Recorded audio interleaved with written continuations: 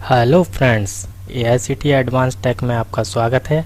आज मैं आपके लिए लाया हूँ कंप्यूटर हार्डवेयर और उसकी महत्वपूर्ण समस्याएं और उसके समाधान, computer hardware problem and solution.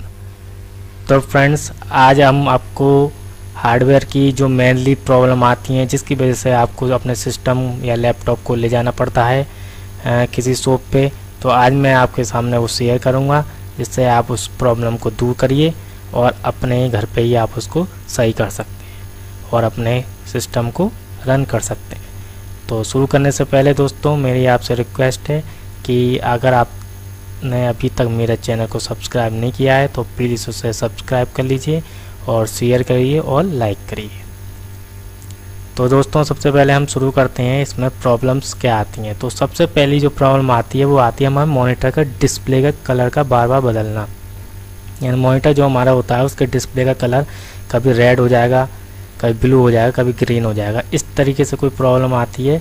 तो इसका जो मेनली कारण होता है वो होता है BGA केबल का। ये वाली आपकी जो है ये केबल BGA केबल हमारी कहलाती है।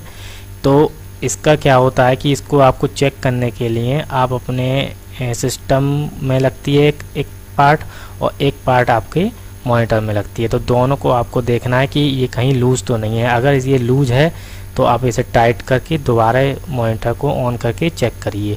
अगर फिर भी ये प्रॉब्लम आपके सामने आती है तो आपको ये देखना है कि BGA केबल की ये पिंस होती हैं ये कहीं टेढ़ी तो नहीं है, क्योंकि कभी कभी हम जल्दीबाजी में इसको उल्टा लगा देते हैं जिसकी वजह से ये पिंस टेढ़ी हो जाती हैं, तो इससे भी ये प्रॉब्लम आती है। तो अगर टेढ़ी हो गई हैं पिन तो आप इसको सीधी कर दीजिए और इसको सही कर लीजिए। और अगर प्रॉब्लम फिर भी आपके सामने आती है तो ये आपके BGA केबल जो है पूरी केबल आपको चेंज करके दूसरी लगा दीजिए, तो ये आपकी प्रॉब्लम दूर हो जाएगी। आप ये मत समझिएगा कि आपका मॉनिटर या LED LCD जो भी है आपका वो ख़राब है, तो इस प्रॉब्लम इस वजह से आती है। तो जिसको आप नॉलेज नहीं होती वो समझता है कि मॉनिटर में कुछ ख़राबी है, तो वो ऐसा ना सोचे, वो अपना इस केबल को रिप्लेस करके या फिर जो मैंने जो बताइए कंडीशन इसको फॉलो करके इसको सही कर सकता है। दोस्तों, सेकंड जो आपकी प्रॉब्लम आती है वो आती है मैनुअली कंप्यूटर का हैंग होना। ये सबसे बड़ी प्रॉब्लम होती है। ये मेन कारण इसके होते हैं, कई कारण होते हैं। तो सबसे मेन कारण जो होता है, जो आपके सिस्टम में लोडेड है सॉफ्टवेयर हैं, गेम्स हैं, एंटीवायरस हैं, तो वो आपको जो इस्तेमाल नहीं करने हैं वो आपको हटा देने चाहिए। जो इस्तेमाल हम करते हैं सिस्टम में वही आपको अपने सिस्टम में रखना चाहिए।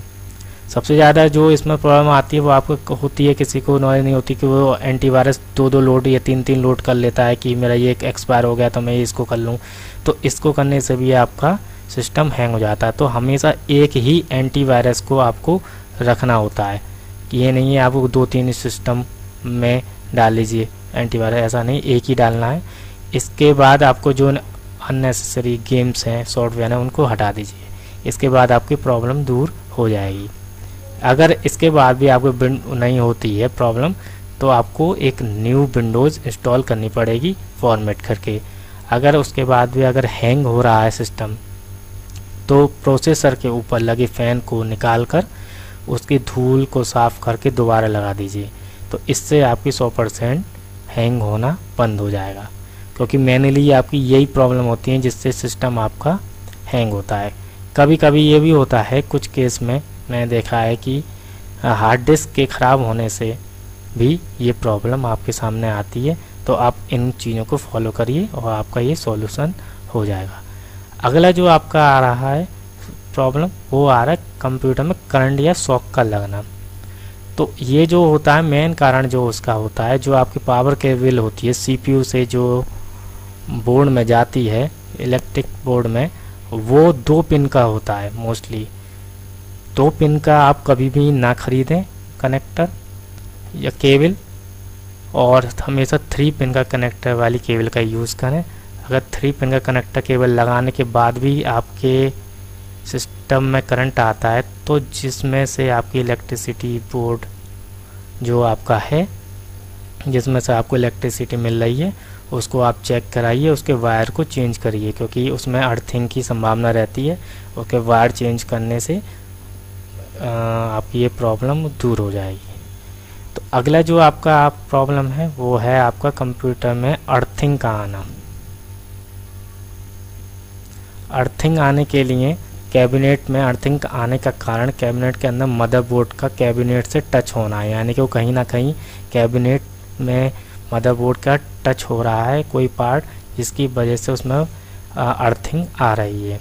तो इसका सॉल्यूशन ये है कि आप मदरबोर्ड को निकाल कर उसके नीचे एक पतली थर्माकोल की शीट लगाकर और फिर उसके ऊपर आप बोर्ड को कस दीजिए। उसके बाद ये प्रॉब्लम आपके सामने दूर हो जाएगी। अगला जो आपका प्रॉब्लम है वो आपका है कंप्यूटर का स्टार्ट ना होना और लगातार बीप उसमें से आ रही है, यानी कंप्यूटर स्टार्ट नहीं हो रहा और उसमें से लगातार बीप आ रही है। तो ये जो मैनुअली होता है ये होता है रैम की वजह से, जो रैम है आपकी इसकी वजह से ये प्रॉब्लम आती है। तो इसको आपको क्या करना है, एक रबड़ या इरेजर लेके, जो भी आपका है, इसको लेके आपको ये जो पिंस हैं गोल्डन कलर की, इनके ऊपर आपको इरेज करना है, मतलब इनके ऊपर फिराना है। जब तक थोड़ा सा देर फिरा के इसको मतलब साफ़ कर लीजिए इन पिंस को, क्योंकि इसमें डस्ट आ जाती है, कार्बन आ जाता है, उस वजह से ये प्रॉब्लम आती है। तो इसको करने के बाद आप दोबारा बोर्ड में लगा दीजिए, तो ये आपकी प्रॉब्लम आपकी दूर हो जाएगी। और बीप भी इसी वजह से आती है क्योंकि ये डिटेक्ट नहीं कर रही होती है रैम। अगला जो आपका प्रॉब्लम है वो है कंप्यूटर में बार बार ब्लू स्क्रीन का। ये जो ब्लू स्क्रीन है, इस तरीके से आपके पास भी कभी ना कभी मैसेज आया होगा और इसके आने के बाद एकदम सिस्टम रीस्टार्ट हो जाता है, यानी फिर ये आता है, इसके बाद आपका सिस्टम रीस्टार्ट होता है। तो ये जो प्रॉब्लम आती है वो 3 कारण से आती है। या तो आपका ड्राइवर या हार्डवेयर का मिसमैच होना इसका सबसे बड़ा कारण है, यानी कि जो आपने ड्राइवर डाले हुए हैं अपने सिस्टम में वो आपका उससे मैच नहीं कर रहा है, या फिर आपने जो कोई हार्डवेयर उसमें लगाया है वो उसमें मैच नहीं हो रहा है। तो इस वजह से ये प्रॉब्लम आती है। तो आपको अपने ड्राइवर को देखना है और कंट्रोल पैनल से हटाकर सिस्टम स्टार्ट करना है, तो इससे आपके सिस्टम स्टार्ट होने की पूरी संभावना रहती है। इसके बाद भी अगर आपको ये स्क्रीन आ रही है तो इसकी दूसरी वजह होती है आपके, अगर आपके सिस्टम में 2 रैम लगी हुई हैं तो उसमें से कोई एक रैम यानी कि ख़राब है, तो आपको एक एक करके चेक करना है। एक रैम निकाल लीजिए, फिर उसके बाद चेक करिए सिस्टम, और अगर फिर चल जाता है तो अगर जिस वजह से नहीं चल रहा, मतलब जो रैम ख़राब है उसको आप निकाल लीजिए, दोनों रैम को मत लगाइए, तो उससे ये प्रॉब्लम आपके सामने आती है। तीसरा होता है हार्ड डिस्क की प्रॉब्लम, यानी कि आपकी हार्ड डिस्क ख़राब है, उस वजह से ये मैसेज भी आता है। तो अगर इस तरीके कोई मैसेज आए तो आपको ये चीज़ें फॉलो करनी है, तो इससे आपका सॉल्यूशन पूरा हो जाएगा और सिस्टम आपका रिस्टार्ट नहीं होगा। इसमें आपकी अगली है प्रॉब्लम कंप्यूटर कुछ देर के बाद बंद होना, यानी हमारा सिस्टम चलता है, फिर थोड़ी देर चलता है, फिर एकदम अचानक ही बंद हो जाता है। तो इसका जो मेन कारण होता है वो आपका होता है हीट होना, यानी कि सिस्टम आपका या प्रोसेसर आपका हीट हो रहा है, जिसकी वजह से वो काम करना बंद कर देता है। तो इसके लिए आप क्या है, बाज़ार से एक थर्मल पेस्ट आता है, उसको आप ख़रीद लीजिए। ख़रीदने के बाद आपको फ़ैन को निकालना है, फ़ैन को साफ़ करके उसके नीचे जो प्रोसेसर होता है इसके ऊपर थोड़ा सा पेस्ट को आप लगाकर और फ़ैन को आप उसके ऊपर कस दीजिए, फिर ये आपकी 100% ये प्रॉब्लम दूर होगी। ये मेरा आजमाया हुआ है, ये मैंने काफ़ी करके देखा है, तो इससे आपकी प्रॉब्लम दूर हो जाएगी। अगर इसके बाद भी प्रॉब्लम आती है तो आपको जो आपका फ़ैन लग रहा है वो यानी कि वो हल्का फ़ैन है, वो प्रॉपर हीट को नहीं निकाल पा रहा है, तो उसकी जगह आपको एक हैवी फ़ैन लेना होगा और उसको लगा के ये प्रोसेस को फॉलो करके आप अपने सिस्टम को रन कर सकते हैं। मेनली क्योंकि ये गर्मियों में ज़्यादा प्रॉब्लम आती है, इसलिए हीट की वजह से ही होती है। तो ये आपकी प्रॉब्लम थी और आशा करता हूँ कि आपको ये काफ़ी यूज़फुल होंगी। अगर इससे रिलेटेड आपके पास कोई भी क्वेरी या आपके सवाल हैं तो आप मेरे को कमेंट बॉक्स में कमेंट करिए, मैं उसका सॉल्यूशन ज़रूर दूंगा। और मेरे चैनल को सब्सक्राइब कर लीजिए जिससे मेरे अगले नेक्स्ट वीडियो को आप देख पाएँ। तो चलिए दोस्त, बाय। Thanks for watching. और मेरे चैनल को सब्सक्राइब कर लीजिए जिससे मेरे अगले नेक्स्ट वीडियो को आप देख पाएँ। तो चलिए दोस्त, बाय, थैंक्स फॉर वॉचिंग।